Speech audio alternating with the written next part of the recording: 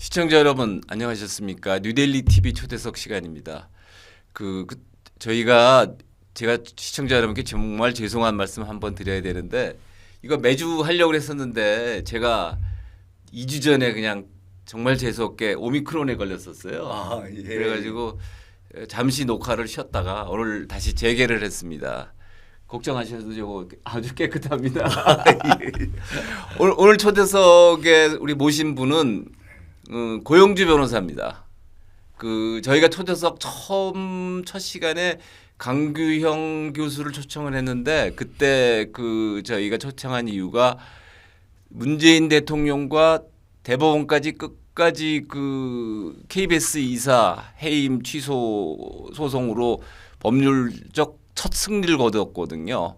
근데 오늘 우리 고영주 변호사를 모신 이유는 우리 고 변호사님이 우리 문재인 대통령을 향해서 공산주의자다 이렇게 말씀을 하셔서 문재인 대통령이 명예훼손이다라고 그래가지고 소송을 했거든요. 그 소송이 거의 이제 우리 승리로 고영주 변호사님이 승리로 마지막 순간까지 99.99% 와 있습니다. 근데 아직 0.001%가 남은 거는 조만간에 말씀을 드릴 거고요. 어쨌든 무죄로 그거를 법률적 승소를 하셨기 때문에 그 부분에 관한 자세한 이야기를 들어보려고 우리 고영주 변호사님을 이 자리에 모셨습니다. 안녕하셨어요? 안녕하세요. 네. 우리 대법원 그부터 먼저 하나 올려주시죠. 먼저 한번 저희 뉴델리가 보도를 한 내용을 가지고 한번 저희가 시청자 여러분들에게 설명을 드릴게요. 이 고등법원에서 네. 요번에 판결 난 거죠. 예, 지방법원 항소부입니다. 지방법원 항소부. 지방법원 항소부. 예, 예. 대법원에서 무죄다 이렇게 해가지고서 다시 재판해라. 그래가지고 서울중앙지법 항소부에서 다시 재판을 해서 문재인 대통령이 공산주의자다라고 우리 고영주 변호사님이 하신 발언이 죄가 없다 이렇게 한 거죠. 맞습니다. 예, 그게 지난 주인가요? 2월 11일 지난 금요일입니다. 지난 금요일이요. 예, 예. 제가 그 뉴스를 보고서 예, 예. 아이고 이거 정말 꼭 모셔야 되겠다 그랬거든요. 그 다음 한번 올려봐 주세요. 요게 이제 대법원에서 파기 환송을 한 거죠. 예, 예. 그러니까 1심에서는 무죄. 예. 그다음에 2심에서 유죄. 예. 그리고 대법원에서 이제 명예훼손 아니다. 무죄 취지로 재판을 다시 해라. 예, 예. 라고 중앙지법으로 돌려보낸 거거든요. 예, 예.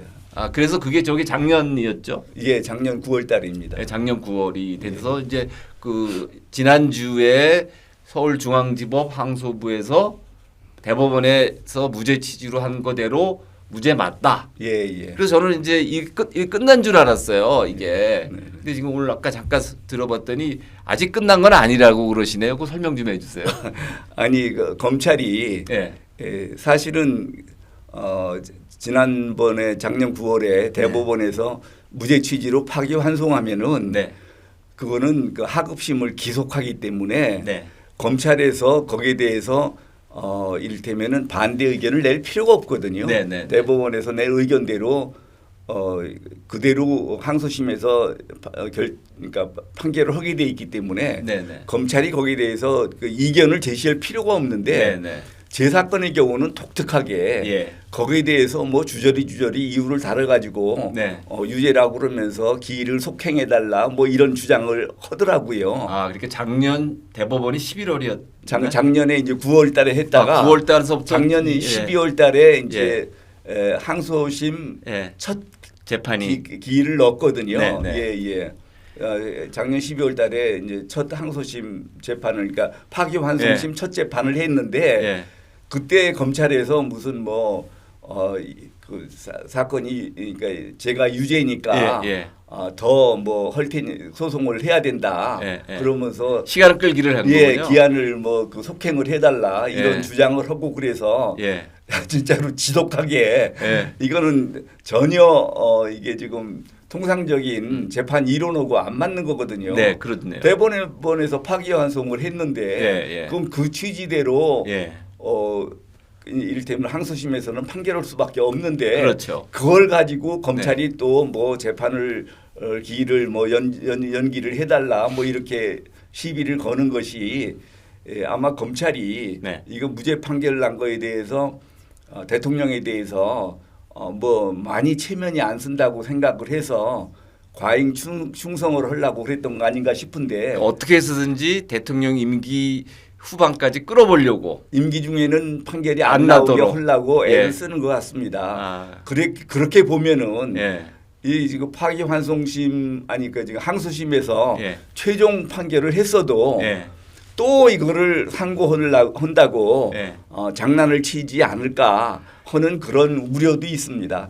그렇죠. 원래는 안 하는 게 원칙인데 그러면 현재 대법원까지 가서 대법원이 법률적 판단으로 이건 무죄다라고 내려보내서 중앙지법에서 다시 네 번째 재판을 해가지고 무죄를 때린 것이면 아니 이제 그 다음에는 대법원에서 그냥 판결을 할 수 있어요. 예. 지난번에 대법원에서 직접 판결을 하지 않고 예. 파기환송을 한 것은 네네. 항소심에 그러니까 제가 사건이 명예훼손이라고 하는 범죄 사실이 3개인데 아 예. 한 개는 항소심에서 이미 무죄 판결이 났고 예. 2개는 이제 그 대법원으로 올라갔는데 예. 대법원에서 이 2개도 무죄라고 판단을 하면서 네. 무죄 판결을 하나는 항소심에서 하고 2개는 대법원에서 하고 그러면 안 되거든요. 아. 그걸 모으기 위해서 모으기 위해서 파기환송을 한 거거든요. 예. 그래서 이제 항소심에서 그 모아서 예. 3개 다 무죄라고 이게 판단을 한 겁니다. 네네네. 그런데 이제 요 만일 또 상고를 하면은 네. 전혀 의미가 없는 거지만 아까 말씀드린 것처럼 대통령 임기 중에는 끝내지 않겠다는 결의가 있다면은 또 상고를 하면 그때는 대법원에서 이 전체에 대해서 무죄를 하는 거기 때문에 그냥 상고 기각만 하면 됩니다. 아 그렇군요. 그러면 대법원의 상고 기각이 좀 남았는데 이거를 대법원까지 또 상고를 해가지고 상고 기각까지 시간을 벌려고 한다면 충분히 할 수는 있는데 과연 그렇게 할 그러면은 것이냐. 너무 속이 보이는 거죠. 그러니까 이 속이 보이는지 안 보이는지를 우리가 볼 수 있겠네요. 예. 아니 이미 항소심 재판에서 네. 기일을 끌려고 그러는 것도 그것이겠죠. 그것도 이미 속이 많이 보였는데 진짜로 얼마나 더 망신을 당하려고 그렇게 할지 모르겠습니다. 네.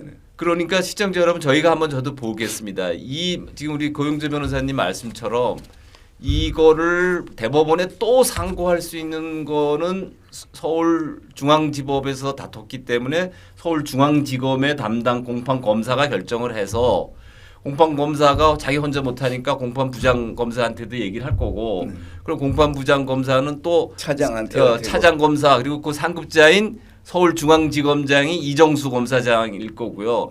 그 이정수 검사장도 이거 뜨거운 감자니까 나도 모르겠다고 또 대검에 올려서 김호수 검사를 정했는데 어떻게 할깝시오라고 물어봐서 뭐 그렇게 될 수도 있겠죠. 그래서 야 대통령 체면도 있으니 또 상고해가지고 대통령 퇴임 후까지 어떻게든 최종 걸 밀어라라고 할 수도 있겠죠.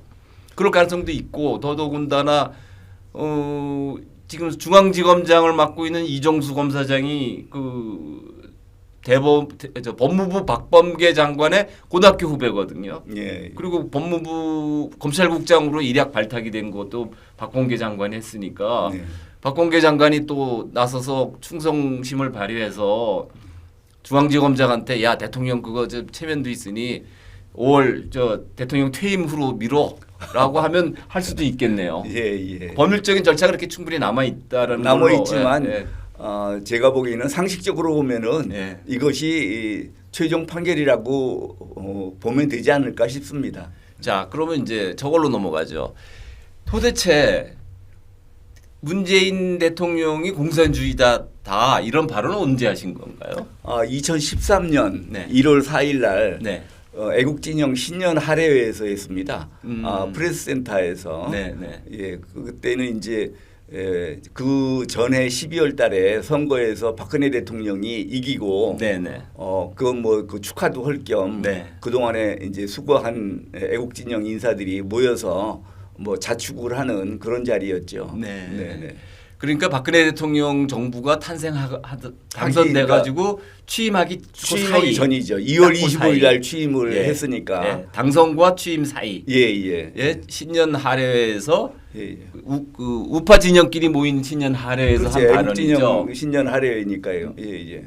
그 시청자 여러분들이 참고 사항으로 먼저 고용주 변호사님은 처음부터 끝까지가 공안검사 출신이시잖아요. 공안 검사를 제일 많이 한 편인데 네. 제가 김대중 정부 들어서서 네네. 제거 대상 검찰에 네네. 제거 그때 소문이 대상 많았죠. 10걸에 끼어서 예. 그런데 무슨 사연으로 제거 대상 10걸에 9명은 그 당시 다 제거가 퇴직을 됐고. 하든지 예. 그냥 고검 가서 계속 있다가 나가든지 다 그랬는데 저만 하여튼 그 우연한 이유로 그 살아났었는데 그때 저를 살려주는 대신 네. 공안에서는 완전히 배제한다. 그래서 공안에서 배제되셨군요. 그래서 이제 제가 이제 공안부장을 안 가고 네. 서울지검 형사 2부장으로 갔다가 1부장 갔다가 뭐 네. 그렇게 됐죠. 예. 또 재밌는 에피소드도 있더라고요. 그 다음에 김대중 정부 때는 또 그렇게 살아남으셨다가 예. 노무현 정부가 들어섰을 당시에 그때 법무부 그때는 장관이 이제- 강금실 장관이었잖아요. 예. 그 강금실 장관이 이 세상 물정을 모르고 대검 공안부장에 우리 그 고영주 검사님을 대검 공안부장을 시키겠다고 예. 해구서 청와대로 갖고 들어갔다고 그래요. 근데 그 당시 청와대 민정수석이 민정수석이, 예. 문재인 대통령이었잖아요. 예. 그 사람 그분들 눈에는 눈에 가신데 우리 예, 고영주 예. 검사님이 제가 그 김대중 정부 들어서면서는 제가 대상 10걸이었고 다 정리가 되고 나니까 네. 노무현 정부 들어서는 유일한 비토 대상이었거든요. 그렇지 유일하게. 예. 예. 그랬는데 그 진짜 강업실 장관도 순진한 사람이 대검 공안부장을 고영주 검사를 시키겠다고 직접 들어갔다면서요. 아침까지 예. 통화를 하셨다면서요. 예. 우리 고영주 검사장님을 만나자고 그 연락을 하셔가지고 그 얘기를 해서 안 될 겁니다라고 얘기까지 했는데도 불구하고 강음실 장관이 만나 뵈니까 고영주 검사님이 훌륭하신 검사네요. 대검 공안부장 하세요 하고 하면서 청와대 가서 얘기하고 나서 바로 전화 와가지고 나오면서 죄송합니다 그렇게 전화하셨다는 얘기를 제가 그 후일담을 들은 우리 뉴델리 인터뷰에서 했죠. 예. 그럴 정도로 대한민국의 아주 공안통이십니다. 이 공안통이신데 그 얘기를 하니까 공산주의자다 그러니까 이제 바로 명예훼손을 한 거죠. 아니요. 그때는 이제 아무 문제가 없다가 예. 2015년도에 3년을 건너뛰어 가지고 예. 한 거예요? 제가 이제 8월 달에 예. 방송문화진흥회 이사장으로 이제 선출이 됐거든요. 그러니까 방송문화진흥회라는 게 시청자 여러분들 참고 사항을 하기 위해서 MBC 공영방송 MBC를 예. 운영하는 이사회죠, 마찬가지죠. 대주주죠. 홀딩 컴퍼니. 맞습니다. 네, 대주주입니다. 예. 예. 거기 이제 방송문화진흥회 이사장이 되니까 예. 이 좌파들이 이 고영주 이사장님을 공격하기 시작한 거군요. 예, 저를 그대로 두고서는 예. 선거를 못 치른다. 예. 그러니까 저는 전혀 뭐 선거에 관여할 생각이 없는데 이를테면은 언론 장악을 하는데 제가 이제 방해가 된다고 생각을 한 거죠. 네.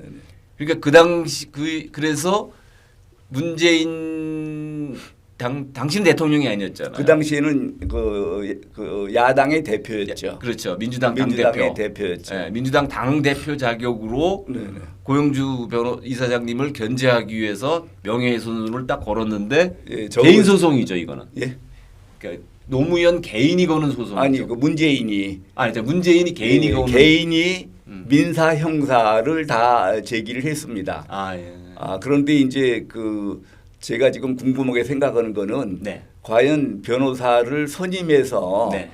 돈 주고 선임해서 고소장 또 민사소송 저거를 썼는지. 예, 저도 그게 지금. 예. 저는 그거 그냥 해줬다고 보고 예. 사실은 그거는 김영란법 위반이 될 수 있다 이렇게 생각을 하는데 대통령은 저걸 호출을 받지 않을 불소추 특권이 있기 때문에 아직 문제를 안 삼았습니다. 근데 그 이제 형사는 뭐 고소장 제출 형사 뭐 그렇다고 치는데 민사는 양쪽 변호인이 나오잖아요. 예, 예. 그쪽에 누가 나왔나요? 그 저쪽에 그 지금 송파구청장이 예. 문재인 대통령의 대리인입니다. 아 송파 현 그 당시에는 변호인이었는데 변호사였는데 그 당시 변호사였는데 그 후에 공천을 주어서 예. 송파구청장이 됐습니다. 아 그러니까 문재인 대통령의 개인 송사를 맡은 변호인을 시켜서 했다가 일단 어쨌든 공원에 했으니까 송파구청장을 시켜주고 그 송파구청장 이후에는 변호인을 할 수가 없으니까 또 바뀌었을 거 아니에요. 이제 그 밑에 같이 했던 변호사가 했던 것으로 알고 있습니다. 그 같은 로펌에 있는 그 밑에 변호사가 그런 것 같아요. 지금까지 계속 민사는 그렇죠. 지금까지 계속. 예. 그러면 그거 진짜 정확하게 문재인 대통령이 퇴임 후에도 그 변호인 비용을 어떻게 처리했는지는 변호사 선임 비용을 네. 어떻게 했는지 사실은 이제 알아봐야 됩니다. 알아봐야죠. 네. 알아봐야 되고 지금 이재명 성남시장 후보가 대법원까지 그 엄청난 변호사 비용을 돌려막기 그 3쿠션으로 처리해서 지금 문제가 되고 있지 않습니까? 예. 뭐 전환사 비용은 얼마 안 주고 쌍방울의 전환사채로 돌려서 막기하고 예. 여기도 그럴 의혹도 있을 수 있겠네요. 여기서는 뭐 공천을 주면 되니까. 공천 주는 걸로. 예. 송파구청장도 그럼 공천 주는 대가의 가능성이 있네요. 아니 저는 그렇게 생각을 합니다. 이거는 뭐 밖에다가 얘기할 일은 아니지만. 네. 그런데요. 어쨌든 그럴 때 자 이제 여기서 중요한 포인트는 문재인 대통령을 공산주의자다라고 발언하셨는데 자 그 부분을 왜 공산주의자라고 생각하셨는지요? 제가 뭐 평생 공안 검사를 했지 않습니까? 그러니까 예.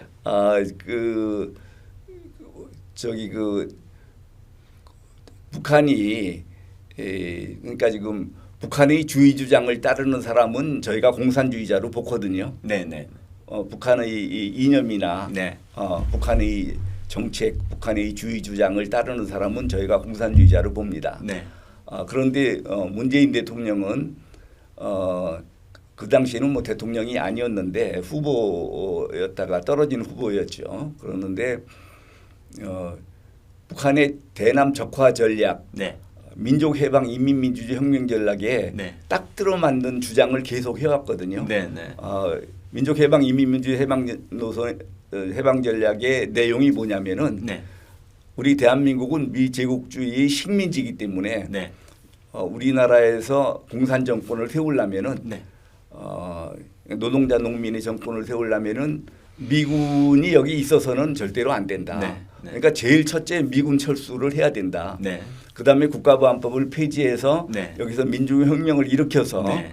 그래서 북한과 같은 인민정부를 만드는 다음에 같은 인민정부끼리 연방제 통일을 한다. 이런 게 민족해방 인민민주주의 혁명 전략의 내용이거든요. 네. 그런데 국가보안법 폐지, 주한미군 철수, 국가보안법 폐지, 연방제 통일에 대해서 똑같은 주장을 했어요. 네. 그러니까 뭐 그거는 저는 뭐 저 사람은 그 중에서 우연히 하나만 맞으면 모르겠는데 네. 이 세 개를 다 갖추는 거는 이건 거의 틀림없다고 봅니다. 저희는 네.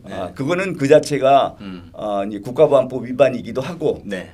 그러니까 북한의 그 대남 적화 전략에 동조를 했다고 그래가지고 네. 예. 국가보안법 7조 네. 이적 동조 발언이기도 하고 그거를 요새 뭐 이렇게 그 법적으로 문제 삼을 분위기가 아니기 때문에 법적 처리는 못 하고 있지만 네. 저 사람은 사상적으로 네. 완전히 북한의 주의장을 따르는 사람이다. 네. 뭐 그것뿐만이 아니라 진보적 민주주의를 지지한다고 그랬어요. 그렇죠. 진보적 민주주의라는 거는 지난번에 통진당이 해산되게 된 이유가 네. 통진당의 이념이 진보적 민주주의이기 때문에 그렇습니다. 네. 헌법재판소에서 뭐라고 판단을 했냐면은 진보적 민주주의는 북한식 사회주의를 추종하는 이념이다 그랬어요. 네. 그러니까 뭐 자기가 진보적 민주주의가 좋다고 했으니까 딴 건 볼 것도 없죠. 그 외에 뭐 국정원 뭐 폐지라든지 무슨 뭐 그 정상은 이루 말할 수 없이 많이 있죠. 제가 한 30여 가지를 댔습니다. 여기서 네. 일일이는 뭐 네. 거론할 필요 없지만 기본적으로는 뭐 그 북한의 대남적화 전략에 완전히 동조하는 주장을 하고 있다라는 거. 네. 그것이 가장 결정적인 이유고. 그런데 이제 이 좌익 세력들이 용어를 계속 혼란시켜 왔지 않습니까? 처음에는 이제 불임 사건 때만 해도 네. 자기가 공산주의자인 거를 꺼리낌 없이 주장을 했었는데 나타냈었는데 불임 사건 재판을 하면서 공산주의자인 게 알려지면은 재판에 불리하게 작용이 된다는 걸 알아가지고 상부에서 좌익의 상부에서 지침이 내려와서 법정 투쟁 지침이 내려와서 네. 공산주의자인 건 절대로 밝히지 말라고 내려왔어요. 그렇죠. 다 민주화 투쟁으로 위장하라는 예, 거죠. 예. 그 이후로는 네. 공산주의라는 말 대신에 민중민주주의라는 말을 그렇죠. 썼습니다. 네. 그 민중민주주의도 자기네들도 그 민주주의라고 주장을 하는 겁니다. 그러니까 북한이 인민민주주의라는 말을 쓰는데 예. 그대로 쓰기 뭐하니까 인민을 민중으로 대체한 거죠. 맞습니다. 예. 그래서 이제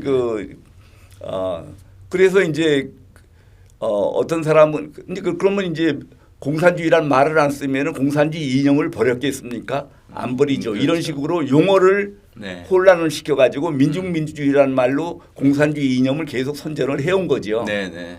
그래서 이제 그러면 이제 노무현 대통령은 제가 이제 민중민주주의자라고 얘기를 했는데 어떤 문제가 있냐면은 불임 사건 당시에는 이 불임 사건 관련자들이 자기네들이 공산주의자인 것을 저한테 명백히 밝혔거든요. 네, 네. 그런데 그 이후에 불임 사건 관련자들이 문재인 대통령하고 완전히 그 평생 동지가 돼가지고 뭐 선거만 있으면 가서 하고 그다음에 끝나면은 거기다가 또 자리도 마련해주고 이런 식으로 그 공산주의자라고 주장했던 사람들하고 평생 동지가 됐기 때문에 저 사람은 근데 그 평생 동지가 되려면 이념이 달라가지고는 안 되거든요. 그렇죠. 그래서 저 사람은 그 공산주의라고 해도 무방한 사람이구나. 네. 그렇게 그러니까 북한의 대남적화 전략 전술에 완전히 동조할 뿐만 아니라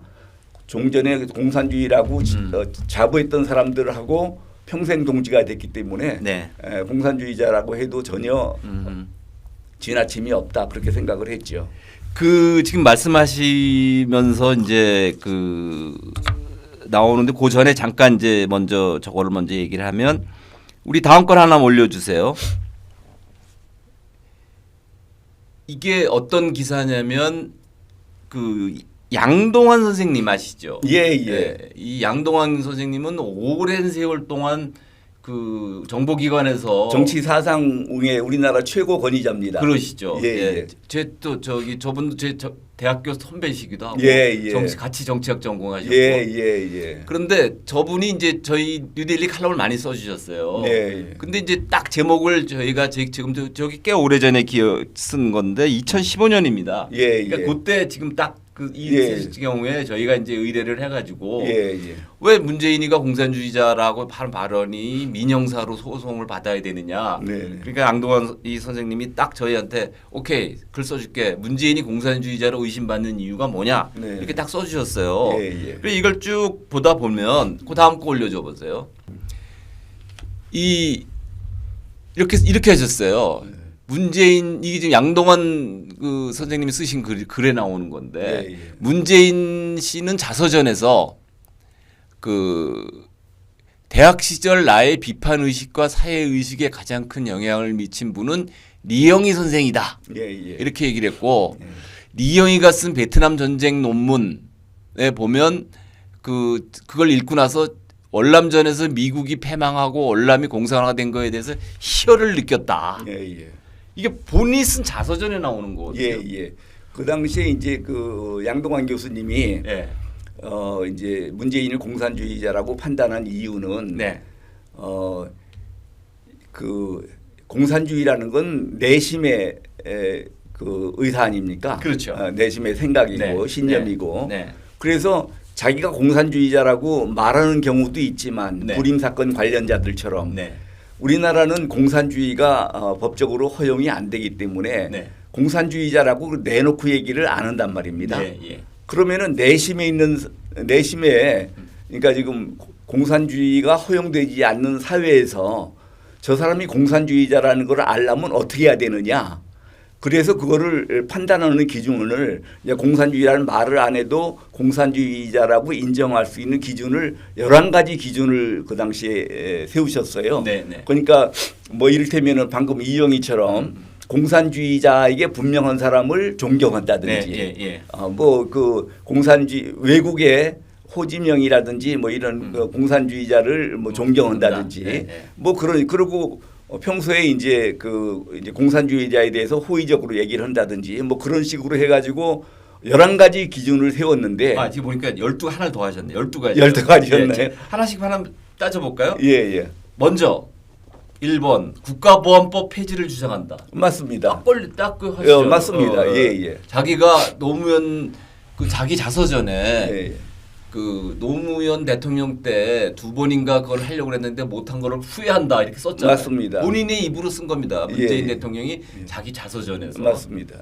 그다음에 두 번째 공산주의자 이유는 주한미군 철수를 주장한다. 예, 그 아까 방금 말씀드린 지금 겁니다. 주한미군 철수의 모든 정책이 예. 이 정부 5년 동안의 정책이 예. 자기 임기 중에 어떻게든 주한미군 철수를 하려고 지금 했는데 예. 여의치가 않았던 거거든요. 예. 세 번째 연방제 통일을 주장한다. 예. 이것도 딱이네요. 예, 딱이죠. 예. 그 저기 김정은이랑 가서 뭐 해가지고 한 게 다 예. 연방제 통일을 가기 위한 중간 단계의 정책이었잖아요. 그러니까 노골적으로 나는 공산주의 사회를 원한다라든지 네. 이 김정은이하고 뜻을 같이 한다든지 그런 노골적인 얘기를 안 해도 네. 방금 말씀하신 것처럼 네. 주한미군 철수를 주장한다, 국가보안법 폐지를 주장한다, 네. 연방제 통일을 주장한다 네. 이런 것들을 모두 보면은 네. 그게 바로 이제 공산주의 사회를 바란다는 뜻이죠. 예. 네. 이것도 4번은 이것도 벌써 이미 하셨네. 예. 한반도에서 전쟁을 종식시키고 평화 협정을 체결해야 한다고 주장한다. 그렇죠. 그것도 이제 마치 전쟁을 예, 피하고 예. 평화를 사랑하는 것처럼 예. 이제 그런 식으로 예. 이제 이제 캄프라치를 하는 거죠. 그렇죠. 네. 그리고 5번째 이적 단체를 옹호한다. 예. 그럼 뭐 지금 이적 한총련 무슨 그런 것들을 다 그냥 다 풀어줘야 된다. 무슨 뭐 수배를 해제해야 된다. 계속 그렇게 주장해 왔지 않습니까? 민노총 생 난리쳐도 저기 잠깐 들어갔다면 다 풀어주잖아요. 글쎄 말이에요. 민노총. 민노총은 뭐 아직까지는 이적 단체로는 안 돼 있는데 그런 식으로 이제 저기 저 빨리 해줬죠. 이석기. 예, 맞습니다. 이석기 사면시켜 준 거. 이석기도 뭐 2번이나 네. 해줬지 않습니까? 네. 그다음에 헌법재판소에 의한 통진당 해산에 반대한다. 흠진아 해산 반대했죠. 반대했죠. 예. 그다음에 이른바 진보 세력과 함께 어울리려 한다. 예. 그 주변이 다 이른바 진보 세력과 함께 그냥. 예, 아주 청와대가 완전히 네. 그 전대협으로 쫙 깔았지 않습니까? 그렇죠. 그다음에 사회 문제를 오로지 계급 대립의 관점에서 이해하려고 한다. 이 정부 들어와서 계속 있는 자와 없는 자, 강남과 뭐 네. 강구해서 계속 갈라서 생각을 하지 않습니까? 네. 그다음에 9번째 신자유주의를 강렬하게 비판한다. 그렇죠. 모든 거를 다 신자유주의의 만 근본적이라고 생각하고 예. 만악의 원인은 신자유주의라고 하면서 다 이거를 강하게 하잖아요. 맞습니다. 예. 그리고 이래서 이제 내로남불 형태가 되는 거죠. 신자유주의를 비판한다 그러면서 미국을 때리는 거예요. 신자유주의의 심장부가 미국이라 그러면서. 예. 그러면서 자기 자식들은 다 미국 보내잖아요. 맞습니다. 네. 그 내로남불의 극치죠. 그다음에 반공에 대해 부정적 태도를 취한다. 예. 이건 뭐 맞고요. 한미 FTA를 반대한다. 이것도 엄청 반대했잖아요. 민정수석 때. 그러니까 노무현은 그래도 그 중에 네. FTA는 받아들였는데 네. 문재인이는 끝까지 반대를 예. 했죠. 예. 끝까지 반대해서 이 문재인과 노무현의 차이가 바로 이겁니다. 맞습니다. 저는 두 개를 보는데 한미 FTA를 반대했냐 찬성했냐, 제주 해군 기지를 맞습니다. 하는 거냐 안 하냐에 따라서 노무현과 문재인의 차이가 있었고, 맞습니다. 저는 그래서 노무현이가 문재인이 보고 자네는 정치하지 마 예. 이렇게 얘기했던 것 같아요. 예. 그걸 애들로 얘기한 것 같아 보이고요. 국정원 해체를 주장한다. 이게 12번째입니다. 예. 장동환 교수님이 정의하신 이거죠. 예. 이래서 이제 이렇게 된 건데 대법원은 어떤 논리로 최종적으로 공산주의자라고 하는 것이 무죄다 이렇게 한 법률적 논리가 어떤 건가요? 그 저쪽에서는 문재인이는 저를 그 허위 사실을 적시해서 네. 자기 명예를 훼손했다. 네. 이렇게 그러니까 나는 공산주의자가 아닌데. 공산주의자가 아닌데 네. 자기를 공산주의자라고 그랬다. 네, 네. 그렇게 이제 고소를 하고 그 민사소송을 제기를 했거든요. 네, 네. 그러면은 저를 처벌하려면은 네. 제가 문재인은 공산주의자가 말한 것이 네. 허위라는 거를 네. 검찰이 입증을 해야 돼요. 그렇네요. 그거는 네. 당연히 이제 그 재판 원리가 그렇거든요. 그렇죠. 모든 거는 이제 네. 그 검사한테 그 증명 책임이 있습니다. 그렇죠, 그렇죠. 그런데 이 재판은 우습게 네. 검사는 그런 활동을 하나도 안 해요. 네. 저희가 이제 문재인이가 공산주의자라고 주장하는 근거를 한 30여 가지를 댔어요. 네. 저런 것도 물론 다 포함돼서 네, 예. 30여 가지를 댔는데 그러면 왜 이것이 사실이 아니고 네. 문재인이가 그거 말고 그러면은 공산주의자가 아닌 면이 어떤 면이 있다. 네. 이렇게 주장을 해야 되는데 네. 검찰은 손 놓고 가만히 있어요. 음. 그러니까 법원한테 다 떼넘기는 거예요. 법원이 네가 알아서 판단. 네가 알아서 다 그거 해라. 네. 그래놓고 그래 제가 계속 재판하는 중에 계속 문재인이가 공산주의자가 이유를 계속 그 써내고 제출하고 주장하고 계속 그런 겁니다.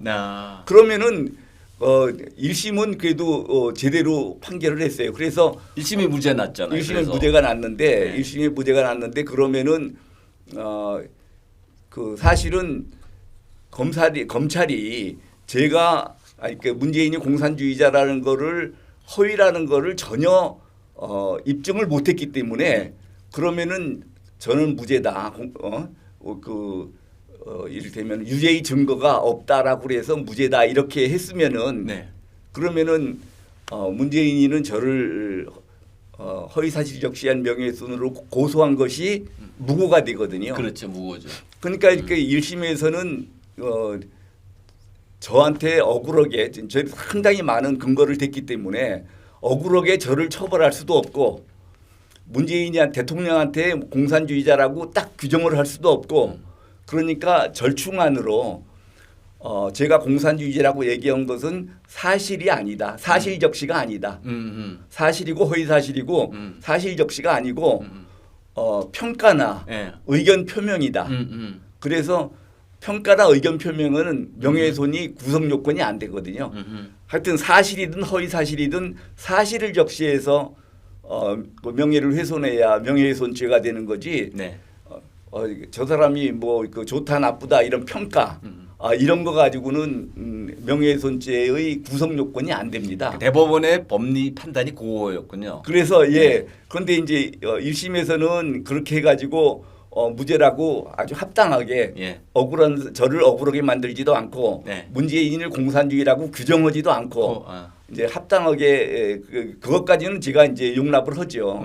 그래도 그 당시만 해도 정권 초기인데 그런 용기를 발휘해 준 것이 김경진 판사가 대단한 분이죠. 그 당시에 네, 뭐 완전히 사법부가 완전히 그렇죠. 그냥 저기 순한 양처럼 다 말 잘 들을 때 아닙니까? 네. 촛불 광풍. 예.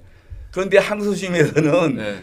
이게 의견 표명이 아니고 네. 사실 적시다. 네. 그래서 유죄다. 그래서 유죄다. 그래서 그런데 문재인이가 공산주의자가 아닌데 네. 왜 아닌 거는 하나도 말도 안 하고 무조건 이게 공산주의자가 아닌데 지가 공산주의자라고 그랬다. 그래서 이제 유죄다 해가지고 뭐 징역 10월에 집행유예 2년 이렇게 했는데 그 2심에 유죄 때린 판사가 무슨 또 국제인권법 연구회 출신의 판사잖아요. 최한돈 판사라고 예. 그 국제인권법 을 끼고 법관 대표자 회의에 부회장도 지내고 나중에 회장 직무대리도 지내고 네. 또 김명수가는 무슨 대법원 자문위원단의 뭐 또 자문위원이고 완전히 김명수의 신복이라고 할 수 있죠. 그러니까 이름값을 했네요. 신복값을 톡톡히 했네요. 유죄 때려주면서. 진짜로 뭐 연극을 그렇게 잘할 수가 없어요. 자기는 뭐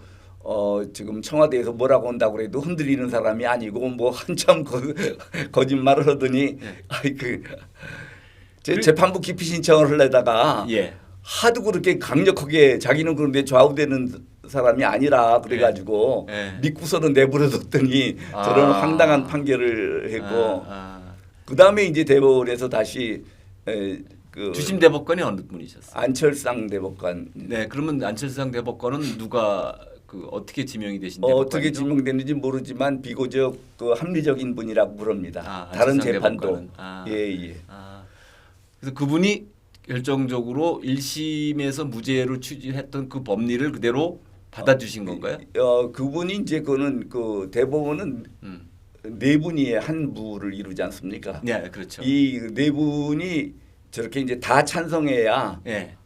그렇게 그 부에서 결정을 합니다. 이견이 생기면은 전원합의로 넘어가는 예. 그래서 그런데 이제 기본적으로 대법원이 다른 분야는 다 이를테면은 좌파 정권의 뜻에 맞게 판결을 했어도 이 표현의 자유 부분에 대해서는 상당히 폭넓게 인정을 해왔습니다. 그래서 사람들이 다른 분들은 이 김명수와의 대법원에서 제대로 판결을 해주겠느냐 전부 걱정을 우려가 하셨지만 많았죠. 그런데 워낙 그 대법원에서 표현의 자유 부분에 대해서는 넓게 인정이 했기 때문에 갑자기 제 사건 때문에 저 뒤로 돌아갈 수가 없어서 저는 뭐 비교적 안심을 하고 있었습니다. 그래서 이제 그 취지대로 종전 판례대로 안철상 대법관 그 부에서 4명의 대법관이 합의를 다 한 거죠. 일치로. 그 일치로 그렇게 무죄를 그러니까 사실이 아니고 평가나 의견 표명이다. 그래가지고 무죄를 낸 겁니다. 그러니까 사실이나 평가나 의견의 그 자유다라고 하니까 어떻게 보면 이번 케이스는 언론 자유를 수호하는 획기적인 판결이라고 저는 생각이 들거든요. 맞습니다. 저희 같은 언론사도 굉장히 이번 판결을 보면서도 안도하고 마음이 놓이는 게 저희도 마음껏 그런 공직 인물에 대한 평을 쓸 수 있다라는 얘기잖아요. 그러니까 공직에 대해서는 이렇게 검증을 해야 된다. 이렇게 공론의 장에서 그렇게 다 그건 종전부터 그런 판례가 있었는데 갑자기 대통령이 되니까 그것이 원칙이 깨져가지고 이렇게 지금 제가 재판을 겪게 된 겁니다. 그렇죠. 사실 공인이라 그러면은 공인 중에서 가장 중요한 공인이 대통령 아닙니까? 공인에 대해서는 자유로운 토론이 돼야 된다, 검증을 받아야 된다 해놓고 갑자기 대통령에 대해서는 공인 중에서도 가장 중요한 공인인데 이를테면 검증을 많이 받아야 될 사람인데도 불구하고 완전히 거꾸로 돼가지고 대통령에 대해서 그런 말한 거는 이거는 뭐 안 된다 해가지고서는 중간에 한번 유죄 판결을 받았는데 다시 원상복구가 된 거지요. 그러니까 첫 재판이 2015년이라고 그러셨나요? 2015년 9월 달에 소송을 제기해서 2017년에 그 1심 판결이 나왔고 그러니까 2015년 9월에 소가 제기돼서 지금까지니까 거의 6년 반을 끌어온 건데요. 그렇죠. 이게 사람이 여러분 시청자 여러분 생각해 보십시오. 우리 지금 고영조 변호사님 같은 이런 법률 전문가도 그 6년 반을 소송을 끝나는 게 이게 간단한 일이 아니셨습니까? 사실은 뭐 스트레스가 많죠. 저는 그래도 대법원은 그래도 제대로 판결해 주겠지 하는 이제 이게 이를테면 법조인으로서의 평가가 있었기 때문에 그래서 비교적 덜 불안했지만 다른 사람들 같았으면은 진짜로 6년씩 그렇게 견디면은 다 꼬치꼬치 말려 죽었을 겁니다. 그러니까요. 만약에 우리 지금 이런 고영주 변호사님 같은 그 전문가고 또 워낙 그 정신적으로 이론적으로 저항할 수 있는 힘을 갖고 계신 분이니까 그런데 그냥 일반인이 어디 가서 뭐 페이스북이나 이런 데다가 문재인은 공산주의자 같다라는 얘기만 써서 이런 소송을 6년 반을 당한다고 생각해 보면 정신적으로 피폐해지고 또 그 변호 비용이 어마어마하게 나갈 거 아닙니까? 저는 다행히 한반도 인권과 평화를 위한 뭐 변호사 모임 한변에서 이거는 이게 언론의 자유와도 관계 있고 네. 이게 문재인 대통령을 상대로 하는 거기 때문에 이건 공익 소송이다. 예. 그래서 공익 소송으로 해서 원칙적으로 무료 변론을 다 해주셨어요. 아이고 정말 예. 다행인 일이네. 그렇다고 그래가지고 제가 뭐 돈이 아주 안 드는 건 아니지만 물론이죠. 하여튼 뭐 그래도 엄청나게 저한테는 많은 도움이 됐습니다. 네네. 이거 한변 변호사님들 정말 고맙습니다. 예, 정말 고맙죠. 네네. 자 이렇게 이제 법률 얘기를 하는데 여기서 아까 잠깐 시청자 여러분들 잠깐 기억을 하실 겁니다. 이게 불임이라는 말을 하셨거든요. 네. 그 불임 얘기를 위해서 잘 아시는 분만 아시는데 이제 요즘 시청자분은 불임 잘 모르니까 예, 예. 불임 사건이 뭔지 좀 설명을 좀 해주시죠.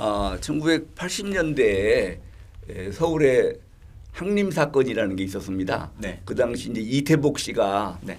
거기 뭐 의장도 하고 그랬었는데 전국 민주학생연맹 그 사건이 항림 사건인데 이 전국 전민학년이라고 그래가지고 전민학년의 이 주동자들이 이 전국을 조직화하려고 네. 그래서 다 이제 그 항림 조직에 그걸 이제 항림 조직이라고 부릅니다. 림자는 대개 의식학습에 네, 림자를 그렇죠. 붙입니다. 의식학습 사건에 그걸 항림 사건이라고 줄여서 얘기를 하는데 참고를 참고 사항으로 이때 항림이라는 말이 어디서 유래를 했냐면 제가 알기로는 그 서울 물리대가 그 대학로에 있었는데 예. 거기 항림다방이라고 있었습니다. 그 항림다방에서들 주로 운동권 학생들이 주로 많이 모였다 그래요. 예. 그래서 뭐 항림이라는 말을 붙였다는 얘기도 있더라고요. 예. 그런데 이제 이 부산도 너희 우리 같이 하자 그러니까 부산 지역에 이제 의식화된 사람들이 학생들이 아니 우리가 의식적으로 너희보다 의식 수준이 더 높은데 우리가 왜 너희 수하로 들어가느냐? 네. 우리 부산 지역은 독자적으로 네. 운동을 하겠다. 네. 그래서 이제 부산 지역의 항림 사건, 네. 부산 지역의 의식화학습 사건 해서 그걸 불임이라고 이름을 붙인 겁니다. 그 중에 대표적인 인물이 지금 좀 이름을 실명을 거론해도 되나요? 거리 그 당시에. 예, 그 당시에는 뭐 이상록이죠, 뭐. 예. 그리고 이상록도 있고 이호철도 있죠. 이호철도 있고 예. 지금 행안부 장관 하는 양반은 아닌가요? 누구죠? 지금 현재 행안부 장관 하는 그 문재인의 삼철이라도 양정철. 삼철 중에서 네. 불임 사건 관련자는 이호철 하나입니다. 이호철 하나예요. 예, 그러니까 예. 그렇게 연결된 거거든요. 예. 자, 그러면 근데 이게 이제 그 시청자 여러분들 기억을 쉽게 이해를 시켜드리기 위해서 그 먼저 저거 하나 주세요. 그 노무현 찬양 영화 변호인 그 한번 올려주세요. 이게 이 불임 사건과 고영주 변호사님의 악연이 들은 그런 거가 이 유명한 영화죠. 그 변호인이라는 영화를 많이 보셨잖아요. 저는 안 봤습니다. 예, 그러니까 우리 시청자 여러분도 보신 분이 있었을 거예요. 이게 뭐냐면 지금 말씀하신 불임 사건에 관련된 피고인들의 재판 과정을 그린 영화고 거기에서 송강호가 분한 게 노무현의 역할입니다. 그 노무현을 역해서 그분들이 억울한 학생들이고 그거를 때려잡는 검사들은 정말 사악한 사람들이고 그걸 판결한 재판장은 나쁜 사람이다라는 식으로 진짜 그 편협하게 그린 영화가 변호인이거든요. 네. 그리고 변호인 보면서 보다는 왜곡 조작 왜곡 조작 영화죠. 예. 그리고 문재인 대통령은 또 영화만 보면 울잖아요. 예. 그리고 가서 보고 찔끔찔끔 울었다는 기사도 많이 나왔는데 우리 고영주 변호사님이 저희랑 뉴데일리랑 그때 인터뷰를 하셨어요. 그거 다시 한번 띄워봐 주세요. 이게 언제냐면 2013년에 저희랑 인터뷰한 기사입니다. 예. 그때 이제 저희 제목을 보면 영화 변호인은 거짓, 노무현은 법정 변론 서열도 아니야. 딱 이제 저희가 제목을 그렇게 뽑았습니다. 네. 이게 이제 저희 그 인보길 초대석에 우리 고영주 변호사님을 초대해서 이제 인터뷰를 한 건데 여기서 그때 저희가 제목을 이걸로 굳이 뽑은 거는 그 영화 변호인의 송강호가 맡은 역할로 노무현 전 대통령이 부각이 됐는데 네. 그 노무현 법정 변론이 많이 나왔잖아요 영화에. 네. 법정 변론한 적도 없다는 얘기신 거거든요. 아니 노무현이 법정 변론하는 거는 저는 본 적이 없다는 얘기죠. 근데 그 당시에 우리 고영주 변호사님이 그 당시 수사검사셨죠. 수사검사 그러니까 수사검사가 여럿이 있어가지고 예. 이를테면 최병국 검사가 주인 검사고 네. 그걸 장창호 검사하고 고영주 검사가 이제 수사 보조를 했죠. 네네. 예, 그러니까 저희는 주인 검사가 아니고 주인 검사가 아니고 수사만 수사검사. 도와줬고 네. 이게 교대로 이제 공판에 들어간다든지 예. 그렇게 했죠. 그러니까 그러면 공판에 들어가셨을 적에 한 번도 노무현 변호사를 본 적이 없다.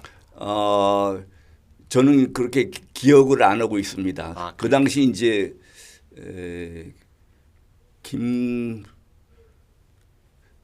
그 당시에는 부산에서는 이제 유명한 사람이 김광일 변호사. 그렇죠. 예, YS가 국회의원으로 발탁한. 예. 네. 그 이제 김광일 변호사는 이제 노무현 변호사님이 절대로 대통령이 되면은 안 될 사람이라고 옛날에 그렇게 그렇죠. 이유를 밝히고 예, 그랬지 않습니까? 예. 그래서 저는 뭐 노무현 변호사가 그 당시에 저거를 변론을 했는지도 네. 잘 기억이 없어요. 네. 그런데 이제 뭐 노무현 변호사가 무슨 근데 노무현 변호사가 그 전에는 뭐 세무 전담을 하는 변호사로 네, 예. 알고 있었거든요. 예. 그러니까 이런 공안 사건 변호하는데 뭐 그렇게 전문가도 아니었죠. 네. 예. 그런데 그래서 뭐 특별히 그렇게 뭐 유별난 변론을 했다든지 뭐 네. 그런 기억이 없거든요. 그러니까 영화에 나온 것처럼 그렇게 멋진 변호를 멋지게 해야 되는 그런 사람이 노무현 변호사가 아니다라는 거를 우리 시청자 여러분들은 알아두시고 혹시라도 젊은 자녀분들이나 주변에서 잘 모르신 분이 있다면 이거는 정말 저는 편협이라는 표현을 썼는데 우리 그 당시에 증인이신 고영주 변호사님이 이건 철저히 왜곡 조작이다 이렇게 얘기를 하고 계시는 겁니다. 그런데 그때 그러면 수사를 하실 적에 직접 그 소위 말한 불임이라고 하는 학생들이 소위 그 영화에서 나오면 단순히 독서 클럽인이 아니다라는 걸 수사를 하신 거 아니에요? 그 물론이죠. 그 얘기를 좀 해주세요. 아니 뭐 여러 가지가 있는데 우선 먼저 자기네들이 쓴 책이 있어요. 네네. 자기네들이 그 당시에 민주화 운동을 크게 했다고 그래가지고 네. 쓴 책이 있는데 부산 지역 뭐 운동사 뭐 이래가지고 쓴 책이 있는데 거기에 자기네들이 비밀 조직이라고 써놨어요. 네네. 그리고 그 당시에 재판하는 중에 네. 노무현 대통령이 자기 자서전에다가 네. 그 당시 재판을 한 재판장을 이제 비난하는 글을 썼는데 소속구 판사님이 아니 서숙 판사는 이제 그 중에 한 분이고 이호철을 담당을 했던 나중에 이호철을 담당했던 이제 그 판사고 예. 이호철을 뭐 일부 무죄를 내고 뭐 그래서 유명했었죠. 그런데 그 재판장을 비난하는 그 내용이 뭐냐면은 네. 하루는 자기한테 재판을 하다 말고 네. 영감 좀 들어보소 해가지고 자기가 이제 재판장 판사실로 갔더니 재판장이 그러더라는 겁니다. 이게 저놈들 말하는 영감, 저놈들 말하는 것 좀 들어보소. 영감이라는 건 보통 이제 그 옛날에 이제 판사나 검사나 변호사들이 서로 이제 부르는 그러니까 이름 부르기가 뭐니까 존칭으로 이렇게 예. 불러주는 건데 영감, 저놈들 말하는 것 좀 들어보소. 저거 완전히 빨갱이들 아닙니까? 네. 판사가 놀란 거예요. 그렇게 내놓고 공산주의를 주장하는 사람이 없었으니까. 그런데 이제 노무현 이를테면 변호사는 판사가 저렇게 선입견을 가지고 본다고 했는데 이거 완전히 지네들이 공산주의 주장을 하니까 판사가 놀래가지고 지금 저놈들 완전히 빨갱이들 아닙니까? 이렇게 지금 말을 한 거니까. 그러니까 무슨 뭐 우연히 독서를 좀 했다고 독서 클럽에서 사람을 잡아오고 그런 게 아니죠. 자기네 부산 지역 그 학생 운동사를 보면은 거기다가 뭐 도깨비 뭐라고 그랬다든가 하여튼 자기네들을 딴 사람들이 그렇게 불렀다고 도깨비 조직인가 뭔가를 불렀다고 그렇게 써 있고 뭐 그런 이를테면은 이게 사회를 이게 바꿔야 된다라는 얘기가 다 거기 이제 써 있어요. 그런데 이제 자기네들이 뭐라 그러냐면은 우리가 언제 거기다가 혁명을 하겠다고 그랬느냐. 자기네들이 공산주의자가 아니라고 하는 게 이제 이를테면은 혁명 조직이 아니라고 지금 하는 얘기예요. 예, 독서 그렇죠. 조직이라는 게. 예. 그런데 이제 국가보안법에 예. 저 사람들이 혁명을 했다고 그래가지고 구속되고 처벌받은 게 아닙니다. 아 그럼 뭘 제목이 뭐였죠? 저 사람들이 그 혁명을 하고 그랬으면은 반국가 단체 구성죄로 처벌받았죠. 네네. 그런데 그걸로 처벌받은 게 아니라 네. 고문 찬양죄로 처벌받은 거예요. 국가보안법상 고무 찬양죄, 그 이적 동조 고무 찬양. 예. 그러니까 지금 북한이 주장하는 네. 공산주의 주장을 따라서 했다 이런 네. 얘기죠. 네네. 그런데 혁명을 주장하지 않으면은 처벌이 안 되는 걸로 알고 있다고요. 네. 그러니까 우리는 혁명 조직이 아니기 때문에 네. 억울하다. 네. 우리는 독서 서클에 불과하다. 그러니까 완전히 지금 법을 모르고 네. 자기네들이 왜 처벌됐는지를 모르고 하는 소리죠. 그 유명한 얘기 있지 않습니까? 예. 수사를 하실 때 예, 그 중에 예. 누군지는 제가 잘 모르겠는데 예, 예. 어느 친구를 직접 수사를 했다 보니까 그 친구가 와서 깎으로 호통을 쳤다면서요. 호통을 친 건 아니고 예. 그 이상록이라고 예. 그 당시에 이제 그 여러 명이 구속됐는데 그 중에 1피자예요. 예. 1피자라는 건 제일 핵심 주동자를 핵심 얘기하는 네. 거거든요. 네. 그 당시까지만 해도 저도 그렇게 공안에 대해서 공부를 한 적이 없기 때문에 네. 처음 공안부 검사가 돼 가지고 아 공안부 검사 첫 사건이었습니까? 아니 그 부산 지역에 그 최초의 공안부 창설되고 나서 예. 그러니까 81년도에 그 부산지검 공안부가 창설되고 예. 큰 사건으로는 첫 사건이죠. 예. 예. 그게 도대체 학생들이 왜 이런 생각을 할까 예. 예. 좀 알아보려고 예. 그 일피자를 불러서 물어봤어요. 예. 그랬더니 일피자가 하는 소리가 그 검사님은 역사의 발전 법칙도 모르십니까?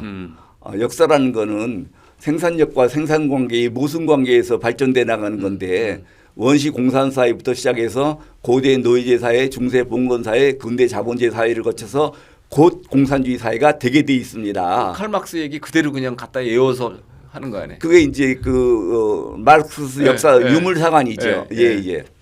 그러면서 이에치카가 진 거에 거기 다 이제 나와 있습니다.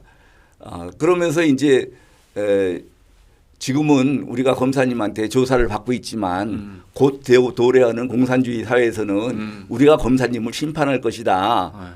그래서 나도 저도 피의자한테 그런 얘기 듣기는 처음이니까 그래서 저도 아니 그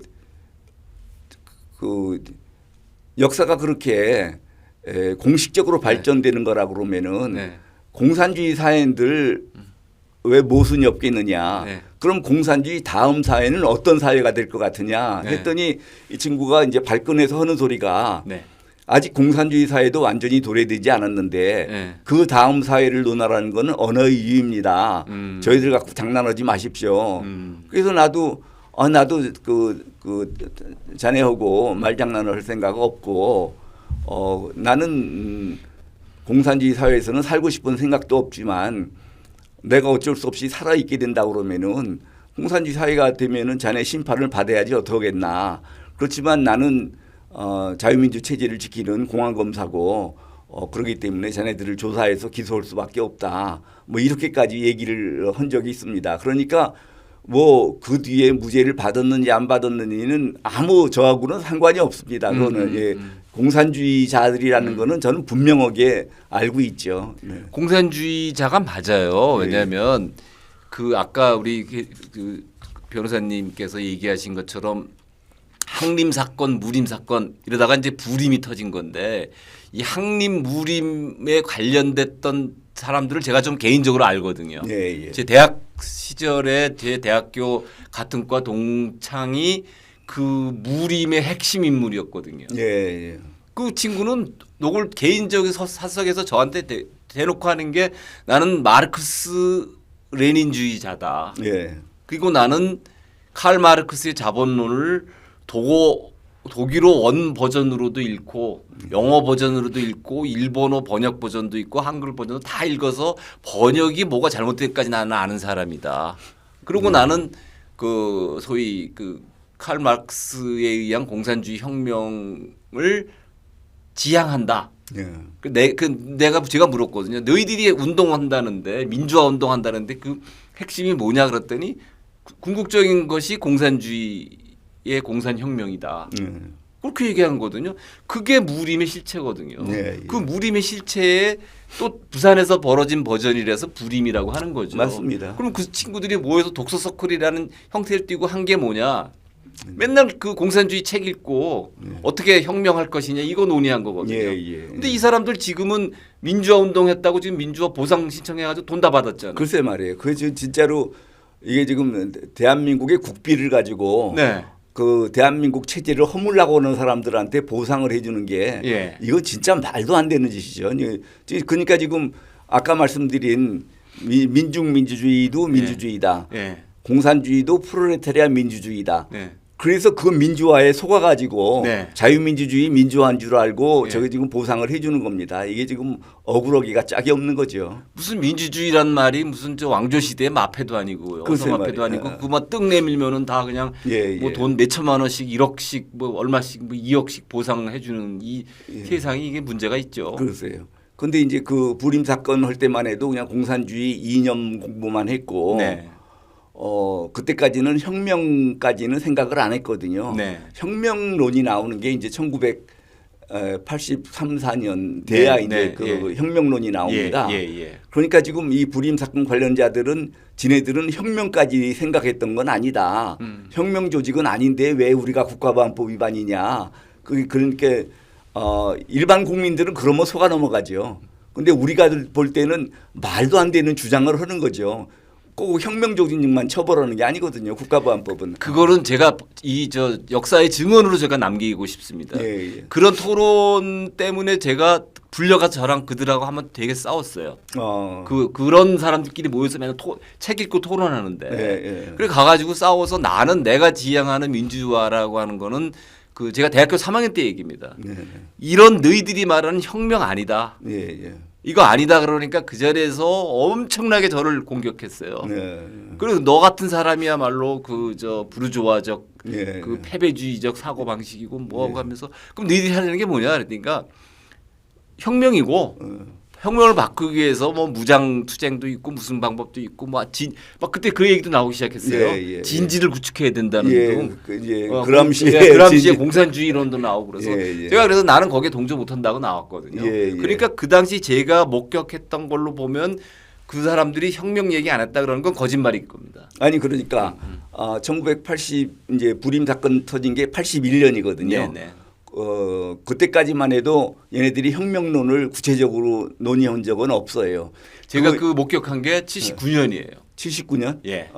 제가 대학교 핵심부에 계셨는데. 대학교 3학년 때가 79년이었으니까요. 79년에 그 12.6 나기 직전에 토론에 초청을 받아가지고 골방에 모여서 얘기할 때 같이 막 싸우는데 제가 주장했던 거는 이제는 대한민국이 박정희식 개발 독재를 대충 끊을 때가 됐고 제가 꿈꾸는 거는 서구식 자유민주주의의 시민민주 그런 자유주의적인 그 서구적 영미식 서구 민주주의의 이상적인 걸 막 얘기를 했거든요. 그러다 제가 박살이 났거든요. 그럼 너희들이 원하는 건 뭐냐 그랬더니 그때 79년에 하는 거지 자기들은 터놓고 막스 레닌적 주의에 입각한 그런 정치 철학에 입각한 그런 이상적인 공산주의 사회를 원한다. 그래서 저는 이게 아니구나. 그냥 전통적인 막스 레닌 주의에 의한 프롤레타리아 혁명론.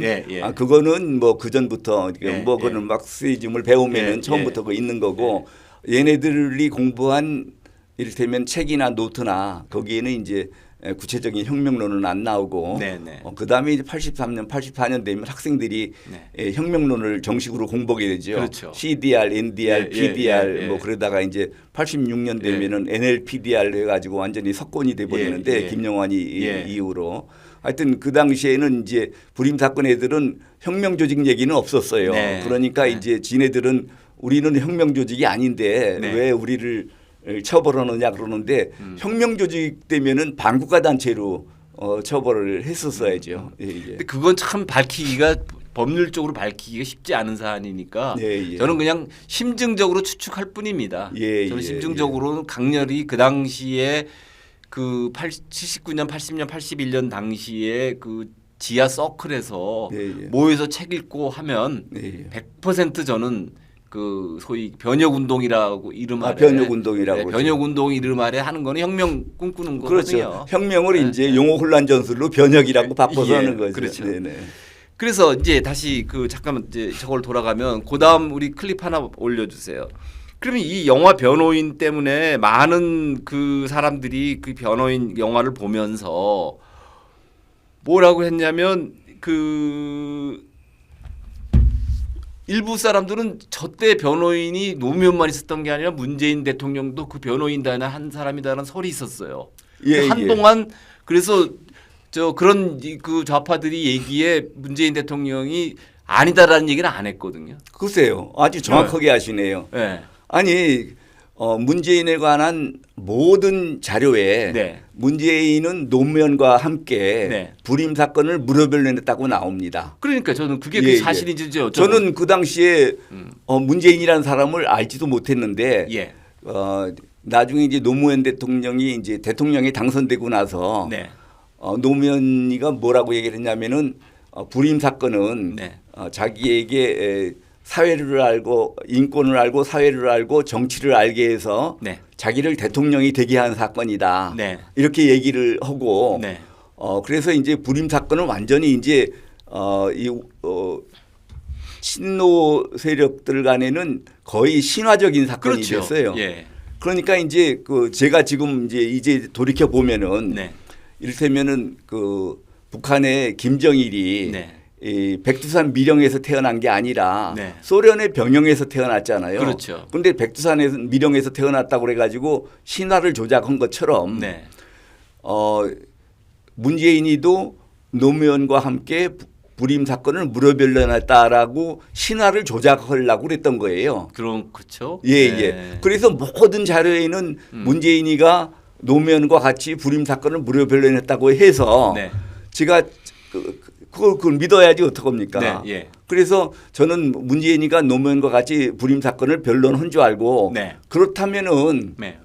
그 당시에 불임 사건 애들이 공산주의 주장하는 것도 다 알았을 거 아니냐. 네. 네. 네가 그러면서 공산주의가 아니다라는 거. 그러면 그거 말이 되느냐. 예, 예. 이제 그런 얘기를 했는데 저를 그 고소한 그 근거가 뭐냐면은 예. 저는 불임 사건의 원심 변호인이 아니고 예. 그 이후에 재심 사건을 변론했다. 아. 재심 사건 변호인이기 때문에 예. 내가 이제 그 문재인을 원심 사건 변호인이라든지 예. 재심 사건 변호인이라는 그런 얘기를 한 적 없어요. 예, 예. 불임 사건의 변호인이면 불임 사건의 실체를 알 거 아니냐. 네, 예. 그리고 그 당시에는 솔직히 얘기해서 지네들이 불임 사건 초기 때 문재인이 노무현이랑 같이 불임 사건을 변론했다고 하니까 네. 그렇다면 너는 그 걔네들 실체를 다 알면서 평생 동지가 된 거 아니냐. 네, 네. 그런 얘기를 했는데 이제 와서는 아까 우리 그 이사장님 말씀하신 것처럼 한 번도 내가 그 노무현과 같이 불임 사건을 변호한 게 아니다. 네. 나는 재심 사건을 변호한 변호인일 뿐이다라고 말한 적이 없는데 갑자기 하게 된 게 갑자기 예, 내가 불임 사건 같이 변호한 사람이기 때문에 불임 사건 관련자들이 실체를 다 알면서 걔네들하고 평생 동지가 되고 그래서 공산주의자다 이러니까 자기는 그 당시에는 변호한 적이 없다. 그 당시에는 변호사가 아니었다.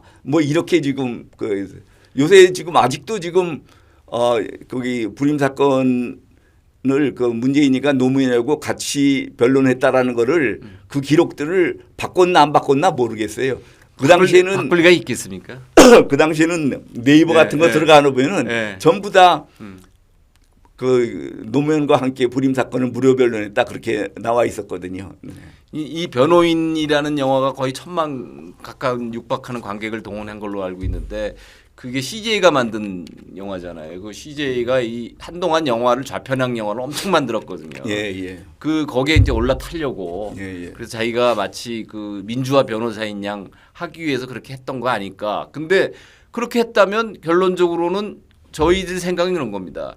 그렇게 자기가 변호인을 했다라면고 그리고 실제로 그 변호를 했던 부림의 몇몇이 지금 오랜 정치적 동지로 지금까지도 문재인 대통령 주변에 있잖아요. 그렇죠. 예. 그렇다면은 그 사람의 실체를 다 알고 있던 거고. 예. 그리고 그럼 고영주 변호사님 입장에서는 가들이 공산주의자하면 그걸 변호한 문재인 대통령도 공산주의를 변호한 거 아니겠냐? 그렇죠. 그런 그게 논리가 이게 지금 논란이 되게 된 최초가 노무현 대통령이 돼가지고 아까처럼 불임 사건이 자기를 대통령이 되게 해준 사건이고 네. 자기가 인권 변호사고 네. 민주화 변호사라고 그래서 네.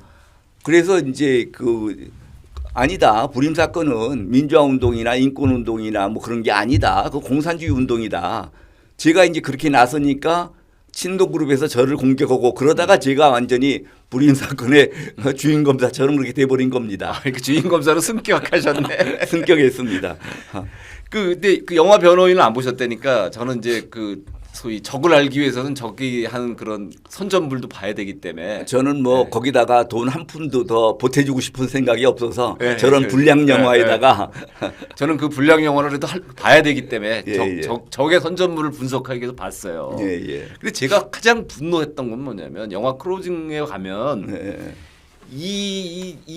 이들이 순수하게 독서 서클이었다. 네. 이 독서를 한 죄로 이렇게 무고하게 감방에 쳐넣었다 이거거든요. 예. 그러면서 딱 나오는 게 뭐냐면 역사란 무엇인가 네. 이에치카의 그 예. 책을 화면에다 착 크로징하면서 네.